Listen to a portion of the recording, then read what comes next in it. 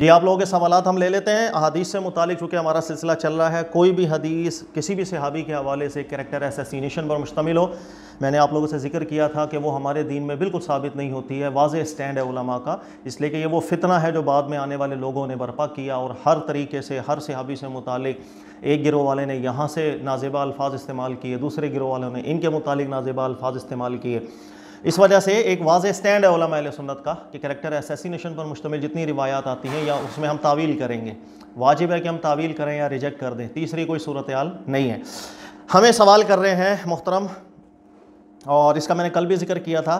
کہ مسلم کی ایک روایت ہے، اور روایت ہے 2404 نمبر، جس میں ذکر ہے کہ حضرت امیر معاویہ رضی اللہ تعالیٰ عنہ انہوں نے حکم دیا حضرت سعد بن ابی وقاص کو کہ آپ حضرت علی کو گالیاں کیوں نہیں دیتے۔ اس کے بعد حضرت سعد بن ابی وقاص انہوں نے ذکر کیا اللہ کے نبی صلی اللہ علیہ وسلم نے حضرت علی کے حوالے سے بہت سی باتیں ایسی ارشاد فرمائی ہیں کہ جس کے بعد ہماری تو یہ جرت نہیں ہوتی کہ ہم کوئی نازیبہ الفاظ استعمال کریں۔ پھر آپ سے متعلق حضرت علی سے متعلق جو فضائل رسول اللہ صلی اللہ علیہ وسلم نے ذکر کیا، حضرت سعد نے وہ بیان کر دی۔ اس روایت سے متعلق پرٹیکولر یہ ہم سے سوال کر رہے ہیں کہ سر اس روایت سے متعلق آپ بیان کر دیں۔ میں بالکل بیان کر دیتا ہوں۔ نمبر 1، اگر آپ لوگوں کو وہ اصول بالکل اچھی طریقے سے راسخ ہے جو میں مسلسل کئی دنوں سے سمجھا رہا ہوں، تو پریشان ہونے کی بات نہیں ہے۔ لہٰذا اس حدیث کے اندر ایک بات آ رہی ہے اور غلط بات آ رہی ہے،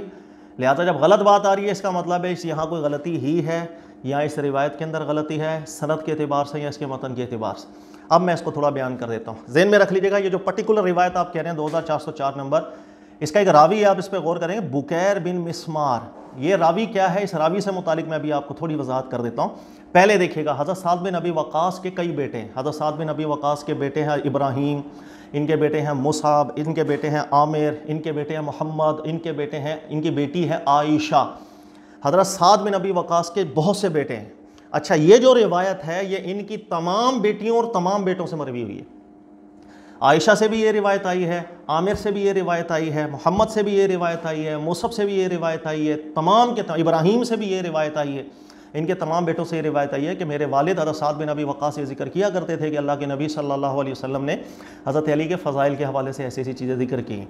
صرف ایک سند اس کے اندر ایسی ہے بکیر بن مسمار والی کہ جس کے اندر الفاظ تھوڑے الگ ہیں، باقی جتنے ترک سے یہ روایت منقول ہو رہی ہے اس کے الفاظ الگ ہیں۔ چور کی داڑھی میں تنکا پکڑا جاتا ہے۔ سب سے پہلے دن میں رکھ لیجئے گا، یہ جو پرٹیکولر روایت امام مسلم لے کر آئے ہیں، امام بخاری رحمۃ اللہ علیہ نے کیٹاگوریکلی اس روایت کو لکھنے کے بعد ذکر کیا یہ حدیث ناقابل قبول ہے، اس کی سند میں ہی ضعف ہے۔ آپ تاریخ کبیر کا مطالعہ کریں امام بخاری کا، یہی حدیث لے کر آئے ہیں بکیر بن مسمار والی، جس میں شروع میں الفاظ کی ایڈیشن کی گئی کہ حضرت امیر معاویہ ملے تھے حضرت سعد بن ابی وقاص کو، انہیں کہا تھا آپ گالیاں کیوں نہیں دیتے، انہوں نے اس کے بعد یہ حدیث ذکر کی۔ یہ لکھنے کے بعد امام بخاری نے کہا کہ بکیر بن مسمار یہ راوی فیہ نظر، نہایت قسم کا فضول انسان ہے،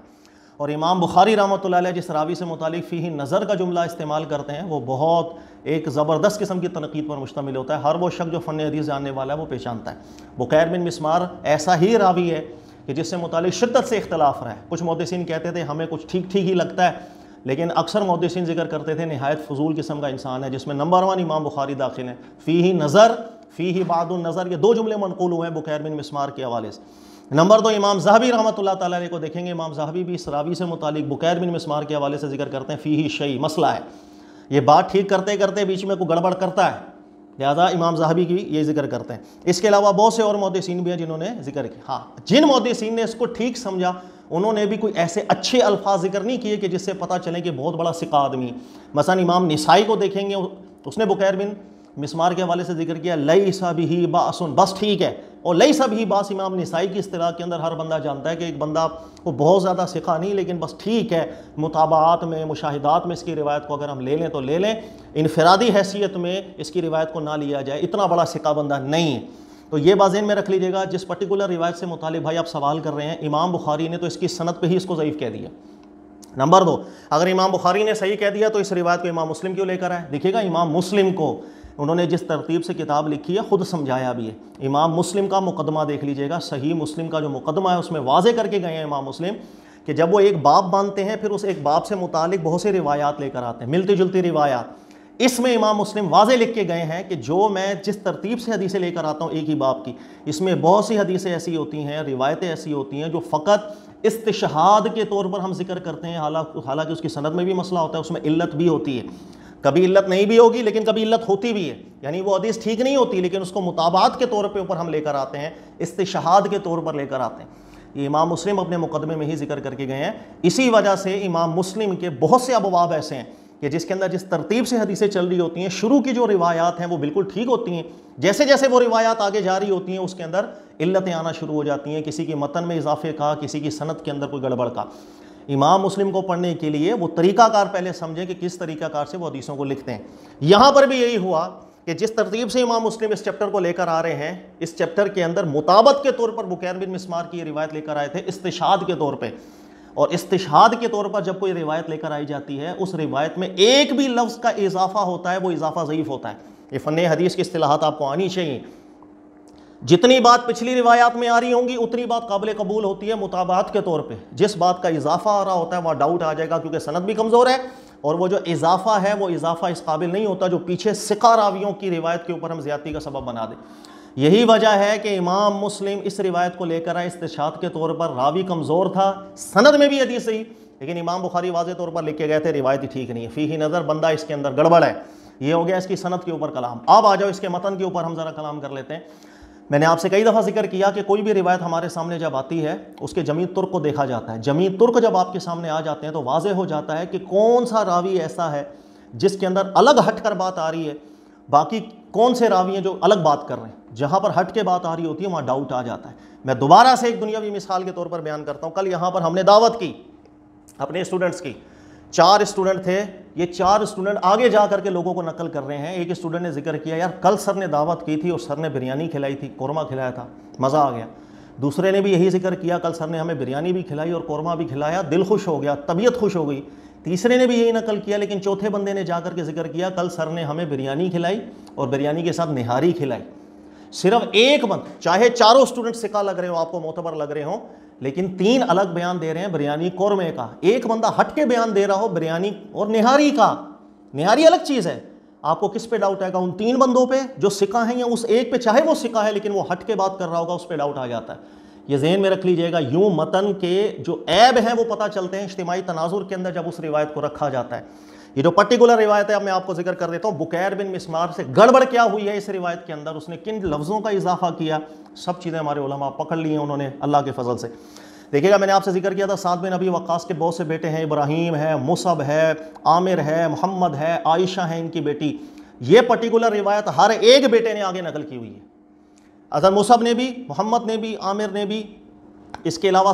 عائشہ نے بھی، ہر ایک بیٹے سے جو یہ روایت آئی ہے، کسی ایک روایت کے اندر بھی اس بات کا ذکر نہیں تھا کہ حضرت امیر معاویہ آئے تھے انہوں نے گالی دینے کا کچھ کہا اور حضرت سعد نے ایسی بات کی، کسی ایک روایت میں سے اس کا ذکر نہیں۔ یہ صرف یہ ذکر ہے بکیر بن مسمار والی روایت کے اندر کہ وہ ذکر کرتا ہے کہ بھئی میں وہ امرا معاویہ انہوں نے حکم دیا تھا سعد کو تو انہوں نے کہا گالی، یہ لفظوں کا اضافہ صرف اس بندے کی روایت سے ملا۔ پھر اس بندے کی روایت کو جس نے قبول کر کے آگے نقل کیا وہ یہ چین بنتی چلی گئی، اس کے علاوہ کسی نے بھی نقل نہیں کیا۔ لہذا چور کی داڑھی میں تنکا یہیں سے پکڑا جاتا ہے کہ جب ایک ہی چیز، ایک ہی واقعہ، ایک ہی باپ سے اس کے ابراہیم بیٹا ذکر کرے، مصعب ذکر کرے، محمد ذکر کرے، عائشہ بیٹی بھی ذکر کرے، وہ واقعے میں یہ الفاظ ہو ہی نہ، اور ذکر کرے اس کا ایک بیٹے کا نام لے کر کے صرف ایک راوی جس کے اندر وہ الفاظ کی زیادتی کر دے، تو پکڑا جاتا ہے کہ یہاں پر چونکہ راوی بھی گڑبڑ تھا اور اس نے الفاظ کی زیادتی کر کے اپنا مقصد پورا کرنا چاہا۔ یہ اس کے متن کے اندر عیب ہے جو پکڑا گیا تھا، اسی وجہ سے علماء ذکر کرتے ہیں یہ زیادتی قابل قبول نہیں۔ اسی پر نظر گئی تھی امام بخاری کی تاریخ کبیر میں، اسی روایت کو ذکر کر کے کہتے ہیں کہ حدیث قابل قبول نہیں، بکیر بن مسمار اس کی گڑبڑ ہے اس روایت کے اندر۔ اب میں ریفرنسز آپ کو اس کے جمیع ترک کے دیتا ہوں، تمام ترک کا مطالعہ کر لیں سوائے اس کے کہ بکیر بن مسمار، اور پھر اس کی سما سے آگے جس بندوں نے نقل کیا بس، اس کے علاوہ کسی نے اس چیز کو ذکر نہیں کیا کہ حضرت امیر معاویہ نے ان کو گالی کا کہا تھا۔ مثال کے طور پر مسند احمد بن حنبل، عائشہ ان کی بیٹی، حضرت سعد بن ابی وقاص کی بیٹی عائشہ، 1463 نمبر، اس میں بھی یہ روایت چیز سب کے کوئی الفاظ نہیں۔ مسند احمد بن حنبل 1490، سعید بن مسیب سعد بن ابی وقاص سے نقل کر رہے ہیں، اس میں بھی یہ سب کے الفاظ نہیں۔ مسند احمد بن حنبل 1505 نمبر، بخاری مسلم کی شرط پر حدیث ہے، ابراہیم بن سعد بیٹے ہیں حضرت ابراہیم سعد بن ابی وقاص، ان سے بھی کوئی مروی نہیں۔ سعید بن مسیب کی ایک اور روایت مسند احمد بن حنبل میں 1509، مسند احمد بن حنبل نے ایک اور روایت ہے 1532، 1547، 1583، 1583 جو نمبر روایت ہے مسند احمد بن حنبل کی، یہ مصعب بن سعد، حضرت سعد بن ابی وقاص کے بیٹے مصعب، یہ ان کی روایت ہے۔ اس میں بھی کوئی ایسے الفاظ، یہ بھی بخاری مسلم کی شرط پہ صحیح روایت ہے۔ اس کے علاوہ عبداللہ بن سعد، حضرت سعد بن ابی وقاص کے ایک بیٹے حضرت عبداللہ، ان سے بھی روایت ہے۔ مسند احمد بن حنبل کی 1600 نمبر اس کا ریفرنس ہے، اس کے اندر بھی سب کے الفاظ نہیں ہیں۔ اس کے علاوہ امام مسلم بھی یہ جو روایتیں لے کر آئے ہیں، سوائے بکیر بن مسمار، اس راوی کے علاوہ کسی کے اندر یہ الفاظ نہیں کہ کوئی حضرت امیر معاویہ کی ملاقات ہوئی تھی تو ایسا ہو، کوئی ایسا ذکر نہیں ہے۔ اس کے علاوہ یہی روایتیں امام بخاری بھی لے کر آئیں۔ امام بخاری ریفرنس نمبر ہے 3706، امام بخاری کا ریفرنس ہے 4416۔ یہ دونوں، ایک حضرت سعد بن ابی وقاص کے بیٹے حضرت ابراہیم دوسری روایت لے کر آئے ہیں سعد بن ابی وقاص کے بیٹے مصعب سے، دونوں نے حضرت سعد والی یہی حدیث روایت کی۔ کوئی اس میں ذکر نہیں کیا کہ کسی بندے نے آ کر کے بولا تھا گالیاں دے، اس کے جواب میں سعد بن ابی وقاص نے ایسا بولا۔ اس کے علاوہ میرے پاس بہت لمبی فہرست ہے جس کے اندر میں آپ کو بتا سکتا، کسی طریق کے اندر یہ لفظ نہیں، صرف ایک لوگ اٹھے، ایک گروہ اٹھے اور وہ الفاظ کی ایڈیشن کر دے اور ہم مانتے چلے جائیں۔ اچھا، اس کے علاوہ ایک اور چیز دیکھیے گا، بہت سے محدثین ایسے ہیں جس نے بکیر بن مسمار کو سو مان لیا گیا، بس ٹھیک ہے بندہ۔ کیوں؟ آپ ان تمام محدثین کو پڑھیں، ان سب نے ذکر کیا کہ حضرت بکیر بن مسمار جو تھے نا، یہ حضرت سعد بن ابی وقاص کے مولا تھے، آزاد کردہ غلام تھے۔ یہ وہ غلطی لاحق ہوئی ہے جس غلطی کی بنیاد پر بعض محدثین نے سمجھے صحابی کے ساتھ رہنے والے تھے بٹ قابل اعتماد ہوں گے، لیکن یہ غلطی تھی۔ اس وجہ سے بکیر بن مسمار جو ہے یہ انتقال کیا 153 ہجری میں،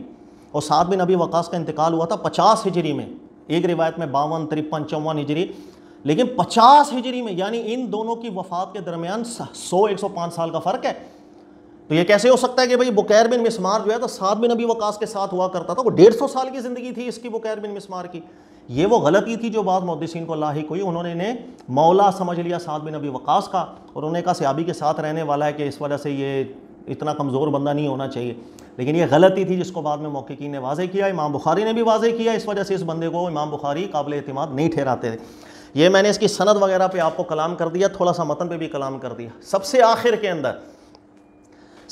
کے اندر یہ ہے کہ بالفرض اگر آپ کا دل مطمئن نہ ہو اور آپ بولے نہیں جی یہ حدیث بالکل ٹھیک ہے، سند میں بھی ٹھیک ہے، امام مسلم لے کر آیا تو کوئی مسئلہ نہیں ہے، پھر کرائٹیریا اپنا ایک رکھیے گا جو میں اب پچھلے 10-12 دنوں سے ذکر کر رہا ہوں، مسلسل اس چیز پہ کلپس بنا رہا ہوں۔ پیمانہ پھر ایک رکھنا، پھر ہر صحیح سند کی بات مانیں، پھر اسی مسلم کے اندر روایت حضرت عباس نے گالیاں دی حضرت علی رضی اللہ تعالیٰ عنہ، پھر مانیے گا یہ بھی،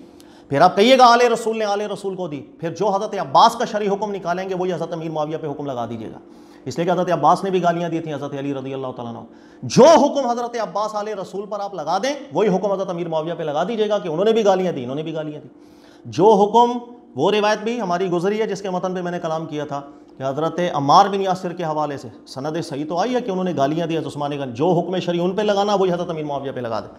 یہ سب گند بھرا ہوا ہے راویوں کا، اس نے اس کو گالی دی، اس نے اس کو گالی دی، وہ ان کو گالی دیتے تھے، یہ ان کو گالی دیتے تھے۔ کریکٹر اسیسینیشن ایسی کی ہے صحابہ کرام کی کہ تاریخ کے صفوں میں ان کا ایک چہرہ بدنمائی نظر آتا ہے۔ انا للہ و انا الیہ راجعون، ان میں سے کوئی روایت قابل قبول نہیں۔ اور اہل سنت کا منہج بالکل واضح ہے جو میں نے آپ کو پہلے بھی ذکر کیا، کریکٹر اسیسینیشن کی کوئی روایت کو ہم قبول نہیں کرتے، اس لیے کہ علماء اہل سنت بہت اچھی طریقے سے جانتے ہیں کہ یہ روایتیں ان کے اندر ایڈیشن کر کے اپنے مقاصد پورے کیے گئے ہیں، کسی صحابی کے کریکٹر اسیسینیشن کے حوالے سے کوئی مضبوط بات نہیں ملتی۔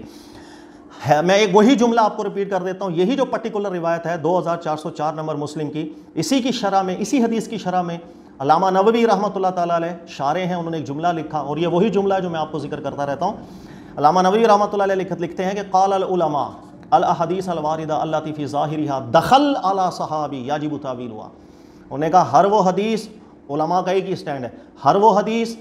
جس حدیث کے ظاہری لفظوں میں دخل علی صحابی، صحابی کی کریکٹر اسیسینیشن ہو، صحابی پر کوئی عیب کی بات آ رہی ہوگی، یجب تعویل ہوا، ہمارا سٹینڈ ہے کہ ہم اس کی تعویل کر دیں گے، ہم اس کے ظاہری لفظوں کو ٹھکرا دیں گے، نہیں مانیں گے، نہیں ایکسیپٹ کریں گے۔ وہی جملہ ہے جو میں نے آپ سے ذکر کیا، اس لیے کہ یہ شرارتوں کو ہم جانتے ہیں جو راویوں نے شرارت کی، کوئی ٹھوس ثبوت نہیں، مجھے ابا نے سنایا، ابا کو دادے نے۔ ایک عدالت میں کیس سے لے کے چلے جائیے گا آپ ہماری یہاں عدالت کے اندر، اور وہاں جا کے بولیے گا قائد اعظم نے جو ہے نا میرے فلاں رشتہ دار کو قتل کیا ہے، جج بولے گا اچھا جی محمد علی جناح صاحب نے قتل کیا، ثبوت لاؤ، آپ ثبوت پیش کر دیجیے گا، ثبوت کہے گا مجھے میرے ابا نے سنایا، ابا کو اس کے دادے نے سنایا تھا، دادے کو اس کے فلاں گاؤں کے اندر ایک یار تھا، بڑا سکھا بندہ تھا، اس نے سنایا تھا، اور اس نے کہا تھا میں نے اپنی آنکھوں سے دیکھا قائد اعظم نے حرکت کی۔ آپ دیکھ لیجئے گا اس دلیل کی بنیاد پر یہ جو جج صاحب بیٹھے ہیں وہ آپ کی کتنی بے عزتی کرتے ہیں کہ کسی کو قاتل یوں ڈکلیئر کیا جاتا ہے، کسی کی کریکٹر اسیسینیشن یوں کی جاتی ہے کہ مجھے فلاں نے سنایا، انا للہ و انا الیہ راجعون۔ لہذا ایسی روایتوں کو ہم قبول نہیں کرتے، ورنہ کریکٹر ایسیسینیشن کی روایتیں سب سے متعلق ہیں۔ یہ جتنی سیریز ہماری چل رہی ہے غور سے سنیے گا، حضرت علی سے متعلق بھی کتنی روایات ہیں جو میں نے کھول کھول کے بیان کی ہیں، کسی کی سند میں مسئلہ، کسی کے متن میں مسئلہ، علماء نے قبول نہیں کیا، واضح اسٹینڈ ہے۔ اللہ تعالیٰ میں سمجھنے کی توفیق دے۔ اچھا ایک بات میں نے آپ لوگوں سے ذکر کرنی ہے، مجھے بہت سے لوگوں کے سوالات ابھی ملے ہیں، کچھ حدیث کے حوالے سے بھی ہیں، وہ تو میں ذکر کر ہی رہا ہوں، اس کے علاوہ ابھی چونکہ 10 محرم قریب ہے تو بہت سے بھائی مجھ سے سوال کر رہے ہیں، خاص طور پر مجھے فرمائش آئی ہے انگلینڈ سے، اور وہ ہمارے دوست ذکر کر رہے ہیں کربلا کا جو پس منظر ہے اس کے اوپر آپ تھوڑی وضاحت کر دیں۔ تو میں آپ لوگوں سے مشورہ لینا چاہ رہا ہوں، دیکھیے گا میرا طریقہ کار بہت الگ ہے، میں کسی بھی ٹاپک کو لیتا ہوں تو اس ٹاپک کے اوپر جتنے موقفات ہیں ان سب موقفات کو سامنے رکھ کے دلائل سے واضح کرتا ہوں۔ میرا ایسا نظریہ نہیں ہوتا کہ میں ایک سائیڈ ہمیشہ بیان کروں دوسری سائیڈ لوگوں سے چھپا دوں۔ اگر آپ لوگ مجھے مشورہ دیتے ہیں تو یہاں پر 3 نظریات ہیں، میں تینوں کو ڈسکس کروں گا، تینوں کے دلائل دوں گا۔ ایک ہے کربلا کے واقعے کا پس منظر، جو ناصبی حضرات ہیں، خوارجی جو تھے ان کے نزدیک کیا تھا، یہ خارجی لوگوں کے نزدیک واقعہ کربلا کیسے ہوا، کیوں ہوا، اس کے پیچھے کون ملوث تھا، دلائل ان کے پاس بھی ہیں، یعنی آپ جس کو صحیح سند کہتے ہیں بہت صحیح سند ہے ان کے پاس بھی ہیں۔ ایک گروہ ایسا ہے جسے ہم ناصبی نہیں کہتے لیکن روافض کہتے ہیں، وہ صحابہ کرام سے متعلق نظریات ان کے اچھے نہیں ہیں، ان کے نزدیک ان کے کیا دلائل ہیں کہ واقعہ کربلا کے پیچھے امام حسین کی شہادت کے پیچھے کا پس منظر کیا ہے، ان کے پاس بھی اپنی صحیح روایت ہیں۔ ایک تیسرا موقف ہے اہل سنت علماء کا، ان کا اسٹینڈ کیا تھا، وہ کیا دلائل پیش کرتے تھے، وہ کیا لوگوں کو سمجھایا کرتے تھے۔ یہ میں پھر تینوں موقفات بیان کروں گا، میں ناصبیوں کے بھی دلائل ذکر کروں گا، چاہے میں دبے لفظوں میں ذکر کروں لیکن سب جانتے ہیں کہ صحیح روایتیں سب کے پاس موجود ہیں، اور میرے لیکچر سننے والے بھی جانتے ہیں۔ ان کے نزدیک پس منظر کربلا کا بالکل الگ، صحیح روایتوں کے مطابق، روافض کے نزدیک صحیح سند کی روایتوں کے مطابق پس منظر الگ، اور اہل سنت کے علماء کے نزدیک بالکل الگ ایک رخ ہے ان واقعات کو دیکھنے کے لیے جو تاریخ کی کتابوں میں ذکر ہو گئے۔ اگر آپ مجھے مشورہ دیں گے انشاءاللہ تو میں پس منظر کے تینوں رخ آپ کو بیان کر دوں گا، اگر آپ انٹرسٹ لیتے ہیں۔ اگر آپ سمجھتے ہیں کہ فضول ٹاپک ہے، اس کے اندر کوئی مزہ نہیں ہے کہ ہم نواسب کو بھی پڑھیں تو روافض کو بھی پڑھیں، تو انشاءاللہ میں پھر اس ٹاپک کو نہیں چھیڑوں گا، آگے ہم جو اپنا سلسلہ چل رہا ہے وہ چلاتے رہیں گے۔ اللہ سمجھنے کی توفیق دے، جزاک اللہ خیر۔